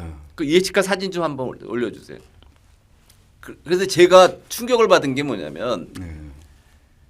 아니 제가 대학교 아까 그때 그 대학교 3학년 때 그 친구들이랑 독서 서클에 가서 막 싸우고 할 때 걔들이 교조로 아주 금과 옥조로 읽는 책이 이거였거든요. 예.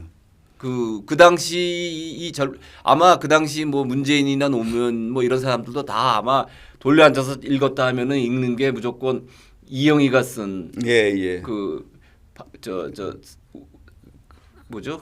전환시대의 논리. 전환시대의 논리. 파르긴과의 대화. 파르긴과의 대화. 우상과 이성. 예. 그 세 권하고 네. 이에치카 영문책 중에 역사란 무엇인가. 그러니까 그 이런 거 돌려 읽었잖아요. 노무현 대통령이 네. 이제 변호인이 되겠다고 네. 불임 사건 관련자들을 만나니까 네. 불임 사건 관련자들이 네.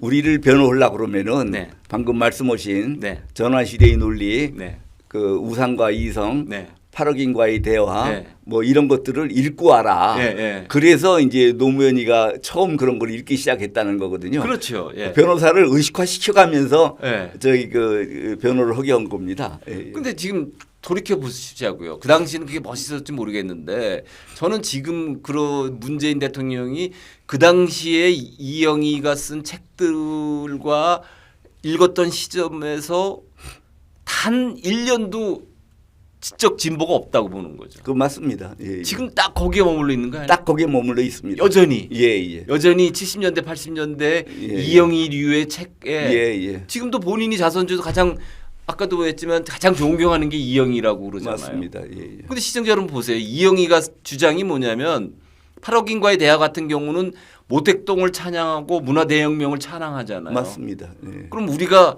그리고 가장 존경하는 게 그렇게 얘기를 하고 등소평은 까고 지금 친중 반미 정책이 네. 전부 이영이 거기서 나온 겁니다. 지금 이 문재인 정부의 모든 그 정책의 기류에는 이영희의 책이 맞습니다. 깔려 있는 것 같아요. 저 사람들이 볼 때는 중국은 예. 지고지순한 네. 존재죠.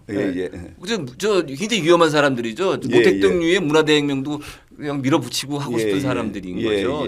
저 양반들은. 아니 뭐 그 우리 그 이 대표님이 직접 경험했다니까 그렇지만 이 대표님이 아까 그 딱 그 생각이 다르니까 그 사람들하고 그 쫓겨났다고 그랬잖아요. 그 사람들한테.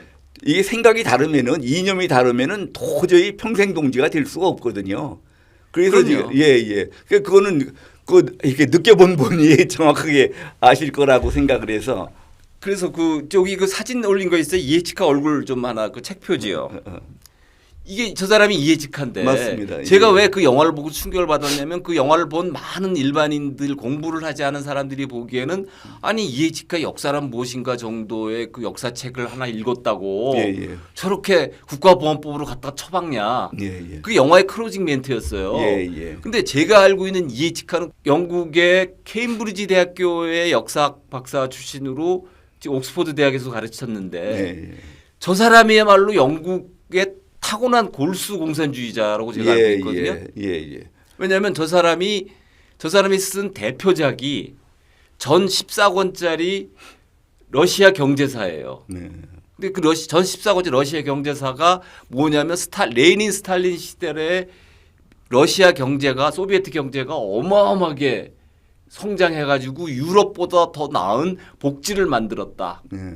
그게 1950년서부터 거의 십몇 년에 걸쳐서 쓴 책이거든요. 예, 예. 그다음에 또 하나 쓴 대표작이 뭐냐면 볼셰비키 혁명. 네.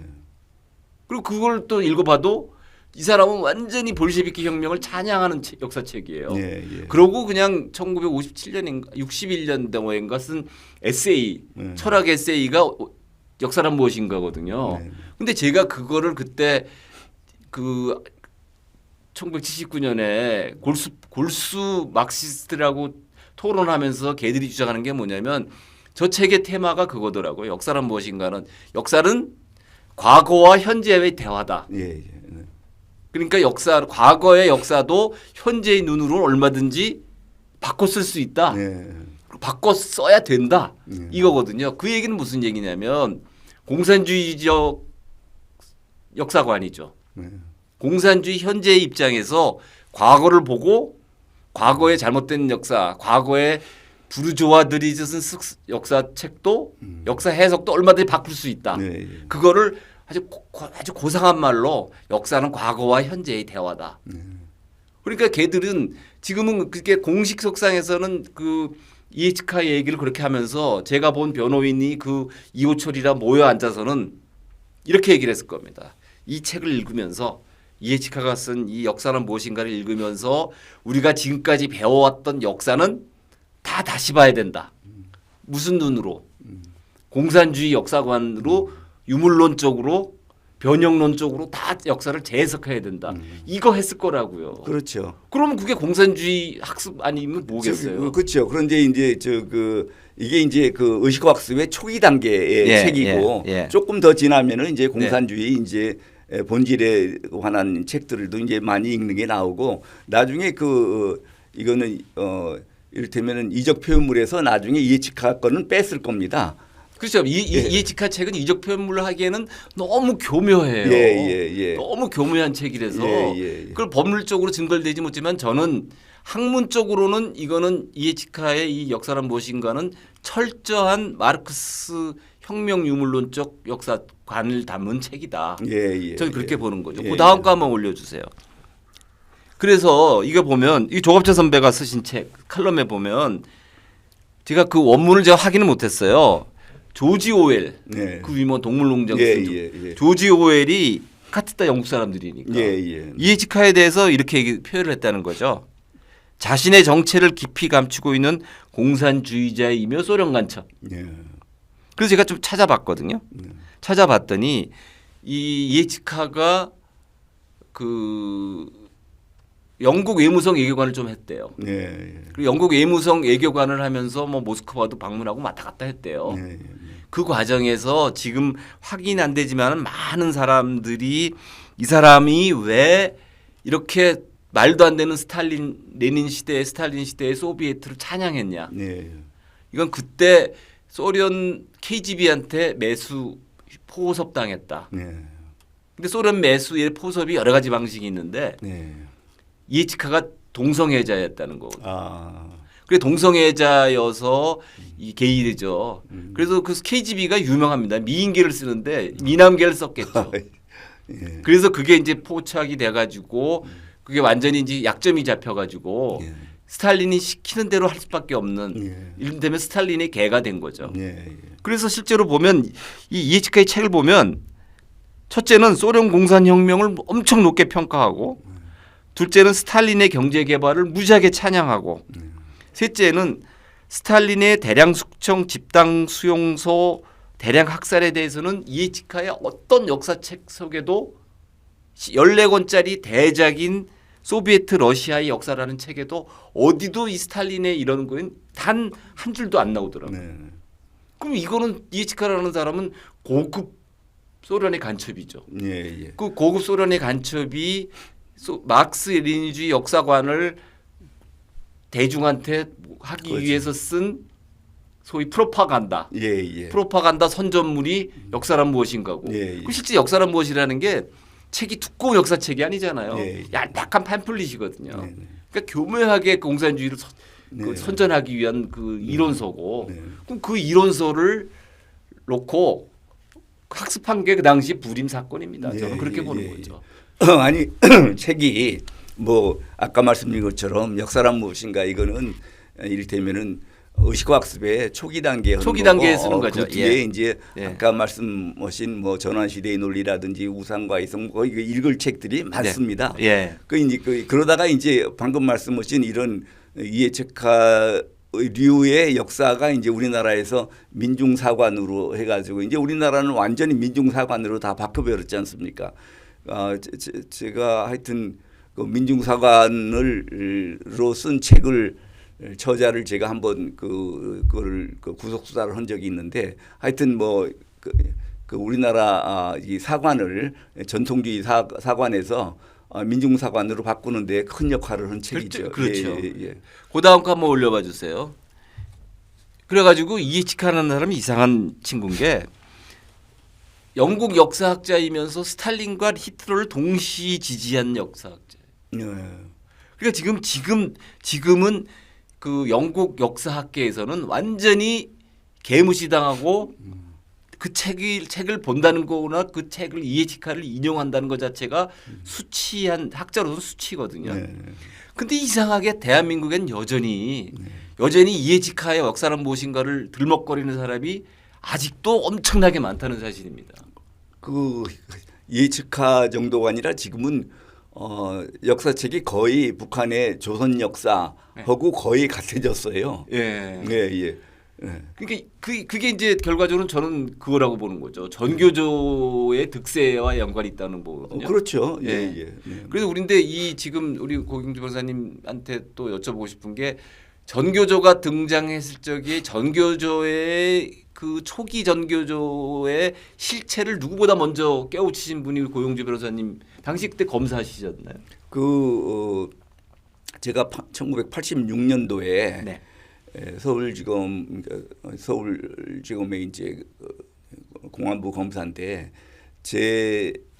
그러니까 공안 사건은 공안부 검사가 직접 관여를 하거든요. 네. 그런데 어떤 제 전임자가 수사하고 이제 기소한 사건에 민중교육지 사건이 있어요. 네. 사실은 민중교육을 줄여서 민중교육이라고 그러는 건데 네.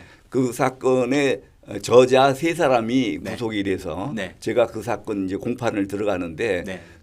구속은 딴 분이 했고 저는 네. 공판에 들어갔어요. 그런데 대개 이제 공판 검사는 이제 공판 카드에 적혀 있는 거 가지고 그대로 그냥 구형만 하고 말고 대개 그렇게 하는데 네. 저는 이 사람들이 무슨 생각을 하는지는 알고 싶어 가지고 예. 그 압수된 뭐 민중교육 책이라든지 네. 또 관련된 유인물 노트 뭐 이런 거를 전부 다 제가 읽어봤어요. 네. 그런데 노트에 네. 어떤 회의록 같은 게 적혀 있는데 네. 네. 뭐라고 적혀 있냐면은 이렇게 86년쯤 되면은 거의 전 대학가가 빨갛게 돼서 네. 자기네들이 이렇게 대학가가 거의 이렇게 의식화가 완성됐는데 왜 아직까지 혁명이 성공 안 되느냐. 네. 그래 이 사람들은 우리나라에서 민주혁명의 성공 사례를 4.19 혁명으로 봅니다. 네. 네. 그 4.19 그렇게 지네들이 이게 의식화 학습이 다 성공했는데 대학생들이 전부 의식화가 됐는데 왜 혁명이 성공 안 되느냐. 여기에 대해서 지네들이 논의해서 쓴 것이 이제 방금 이제 말씀드린 4.19 혁명을 봐라. 4.19 때는 대학생들뿐만 아니라 초등학생, 중고등학생들까지 다 뛰어나왔다. 그러니까 민중혁명이 우리나라에서 민중혁명이 성공하려면은 대학생들만 의식화시켜서 되는 게 아니라 초등학생, 중고등학생들까지 다 의식화시켜야 된다. 네. 그래서 이제 이 대학생들은 이렇게 의식화 학습 이렇게 서클을 만들어서 자기네들이 이렇게 해서 의식화를 시킬 수가 있는데 선배가 후배를 상대로 이렇게. 근데 초등학생, 중고등학생은 그런 서클을 만들기가 의식화학습 그룹을 만들기가 어렵기 때문에 이 노조를 중심으로 선생님들이 노조를 결성해서 이 노조를 중심으로 의식화를 시켜야 된다. 그래서 이제 교직원 노조, 전국 교직원 노조를 만들어야 된다. 이제 그런 주장이 있더라고요. 그런데 그 당시까지만 해도 이 교원들은 노조를 만드는 것이 허락이 안 됐거든요. 네, 법상 예, 예. 불법이거든요. 예. 그래서 황당한 소리를 한다 생각을 하고 있었는데 네. 1989년 가니까 예. 89년 연초에 네. 그 전국 교직원 노동조합을 만든다는 운동이 막 크게 벌어졌어요. 네. 그래서 그 당시에는 저는 이제 대검에서 공안 연구관으로 제가 노동을 담당하고 있었는데 네. 사실은 교직원 노동조합이니까 네. 제가 노동 전담원은 제 관할일 수도 있는데 네. 이 정부 부처에서는 노동부가 전담을 하지 않고 네. 교육부가 선생님들이라고 네. 해서 교육부가 네. 담당을 네. 했어요. 네. 그 교육부에 담당하는 전담이 우리는 학원 담당이기 때문에 학원 담당이 그 전교조 문제를 이제 처리해야 되는데 저는 신경도 안 쓰고 있는데 하루는 이제 공안기획관이 회의를 하자고 그래가지고 불러서 모여서 회의를 하는데 물어보니 그 공안기획관이 도대체 전교조가 그 표방하는 참교육이라는 게 뭐냐. 그리고 왜 선생님들이 갑자기 노동조합을 만들겠다고 저러느냐. 그래서 제가 이제 그 얘기를 했죠. 참교육이라는 거는 일본 교원노조는 일본 사회당 계열인데 일본 공산당보다 더 좌쪽입니다. 일본 사회당 계열의 교원노조가 주장하는 참 진짜 진교육을 우리말로 바꿔서 저 참교육이라 하는 거다. 그런데 그 내용은 뭐냐? 내용은 지금 학생들 대부분이 이 부르주아의 자식이 아니고 민중의 자식이다. 네. 그리고 이 학생들이 커지면은 그 중에서 부르주아가 될 사람은 극소수고 네. 거의 대부분이 민중이 된다. 네. 민중 계급이 된다. 네. 그러면 민중 계급이 자식이고 앞으로 민중 계급이 될 사람들한테 자본가를 위한 자본주의 교육을 시키는 건 이건 가짜 교육이다. 그럼 어떤 것이 진짜 교육이냐? 민중이 주인이 되는 나라를 만드는 교육, 민주주의를 만드는 교육, 민중 혁명 역량을 키우는 것이 그게 참교육이다. 그리고 이제 아까 왜 교원 노조를 만드느냐는 아까 말씀드린 것처럼 이 교원들이 노동조합을 만들어서 그 중심으로 의식화를 시켜야 한다. 이런 취지다. 그랬더니 그 당시에 이제 공안기획관이 그럼 이거를 그때 이제 같이 듣던 공안연구관들이 아이 설마 우리나라 선생님들이 그럴 리가 있나? 순진했. 아이 고검사는 보면 항상 좀 과격해. 아니 저는 지금 무슨 뭐 과장할 이유도 없고 그렇죠. 들은 그 본대로 아는 대로만 얘기를 한 건데 그러면서 제 의견을 대검의 공식 의견으로 할 것인지를 우리가 투표를 해보자 그러더라고요. 그래서 제가 열받아 가지고 아니 아는 사람하고 모르는 사람하고 무슨 투표가 어디가 있느냐. 그렇네요. 그렇죠. 나는 지금 10년째 지금 공안 검사를 하고 있고 너희들은 엊그저께 들어와서 공안부에 배치돼서 공안 검사를 하고 그러고 있는데 그게 투표거리가 되느냐. 그럼 관둬라 그러면 뭐 내 나라만 망하냐, 네 나라도 망하지. 그러고서 내가 와버렸어요. 아 그러셨군요. 그랬더니 이제 조금 있다가 이제 그 공안기획관이 다시 불러서 청와대에서 지금 노태우 대통령이 막 노발대발 한다고 도대체 선생님들이 법에도 없는 노동조합을 만든다고 그러는데 도대체 공안기관들은 뭐 하고 있는 거냐. 그래서 막 노발대발해서 청와대에서 긴급 이제 관계기관 그 대책회의가 열린다고. 그런데 원래는 학원 담당에 가야 되는데 네. 학원 담당은 하나도 모르는 것 모르니. 같고 네. 고검사 말이 믿업지는 않지만 네, 네. 그래도 뭔가를 아는 것 같으니까 고검사가 좀 회의 좀 가라고. 네. 그래서 제가 이제 그 청와대 회의를 갔어요. 네.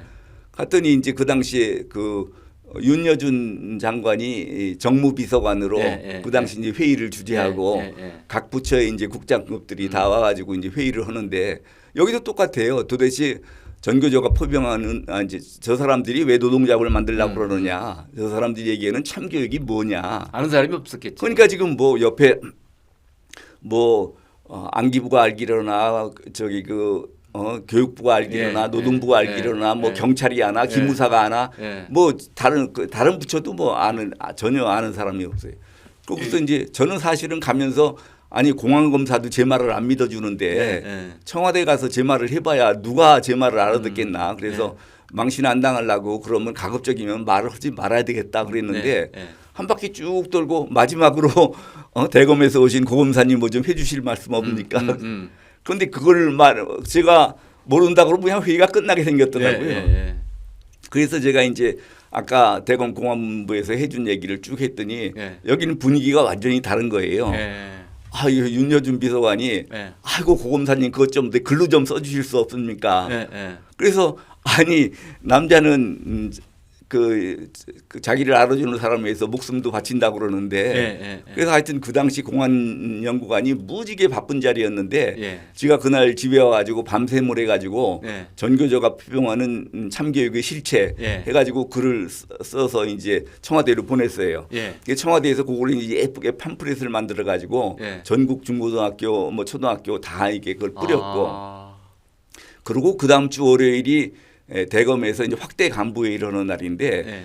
그때는 어떤 제도가 있었냐면은 이 연구관들이 돌아가면서 검사장님들 눈 귀를 틔워준다고 그래가지고 네. 이 사회에서 논란이 되는 사건에 대해 이런 사실에 대해서 이제 보고를 해주는 그런 게 있었는데 마침 차례가 제 차례고 또 뭐 이미 청와대 주느라고 준비는 다 해놨겠다. 네. 그래서 제가 이제 전교조가 표방하는 참교육의 실체 해가지고 보고를 드렸어요. 그때 그 당시 검찰총장이 김기춘 실장님이세요.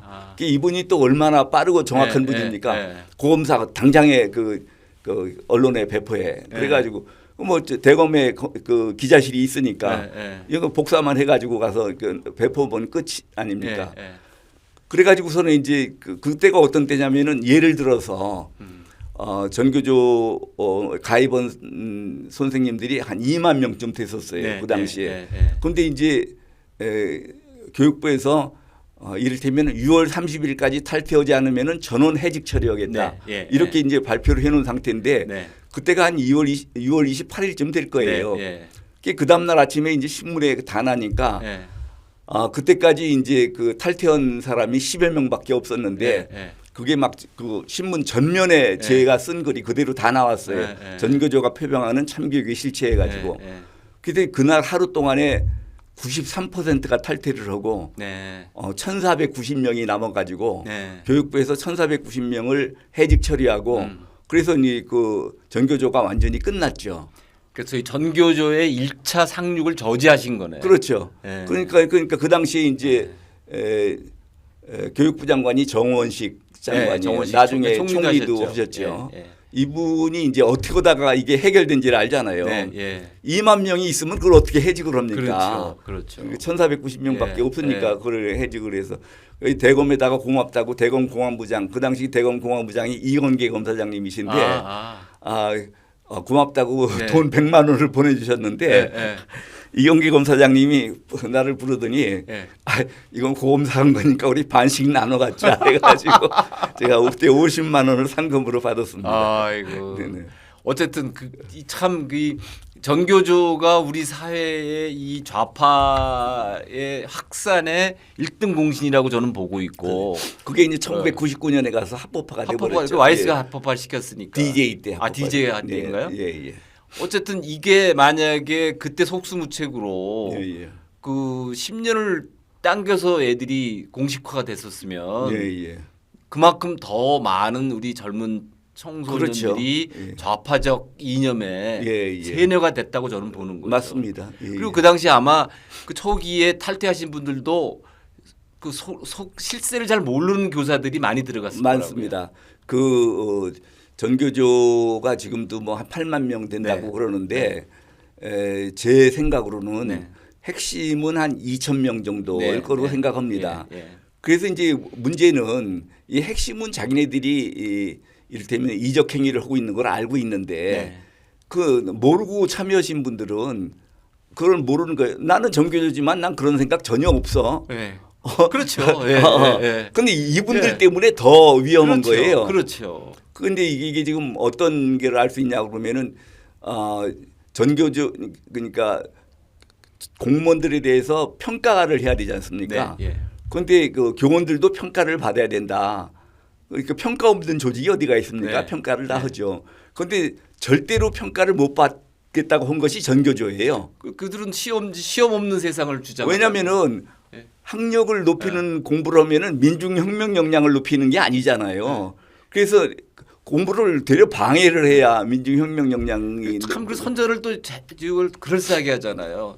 이게 성적 없는 세상이 아니라 우리는 뭐 성적 경쟁 없는 세상에서 사회. 산다. 뭐 인생은 성적 순이 아니에요. 예, 맞아요. 아주 그런 달콤한 걸로 포장을 해가지고서 예, 예. 그 안에 집어넣는 거죠. 그런데 이제 그 아까도 말씀드렸지만 도대체 이 평가 안 받는 조직이 어디 있습니까? 그러니까 일반인들이 학부모들이 여론이 안 좋았거든요. 네, 네. 왜 그 교원들만 네. 평가를 안 받겠다고 네, 그러냐. 그러니까 전교조에서 막 반대로다가 전교조 입장으로 봐도 이거는 우리가 학부모들한테 잘못하면은 이렇게 유리될 수 있겠다. 그래가지고 대변인이 우리도 평가 받는 것을 한번 적극적으로 검토를 해보겠다. 그렇게 발표를 했어요. 네. 근데 제가 생각할 때는 그거는 전교조하고는 전혀 안 맞는 얘기거든요. 그렇죠. 아까 막 말씀드린 것처럼 민중혁명 역량을 키워야 되는데 네, 네. 학력을 높인 걸로 평가를 받으면 안 되잖아요. 그렇죠. 그래서 저거 이상하다 그랬더니 대변인이 그 다음날 바로 잘리더라고요. 그 대변인은 그 대변인 지위에 있어도 핵심 세력이 아닌 거죠. 그렇죠. 모르는 그렇죠. 사람이죠. 모르는 사람이죠. 예. 어쨌든 우리 지금 이 한국 사회에 몰아닥친 이 좌파의 거대한 해일 쓰나미에 우리 고용주 변호사님이 홀홀 단신 혼자서 싸우시느라고 수십 년 동안 예, 참여했는데 참 어쨌든 이 그 6년 거의 반에 걸친 송사가 예. 99.99% 마무리 단계 오신 거 다시 한번 축하드립니다. 아이고 감사합니다. 오늘 저희 뉴델리 초대석에 나오셔가지고 예. 좋은 얘기 해주셔서 정말 감사드립니다. 예, 감사합니다. 다음에 또 한번 좋은 예, 한번 또 모시도록 예, 하겠습니다. 언제든지 불러주십시오. 네, 감사합니다. 감사합니다. 네.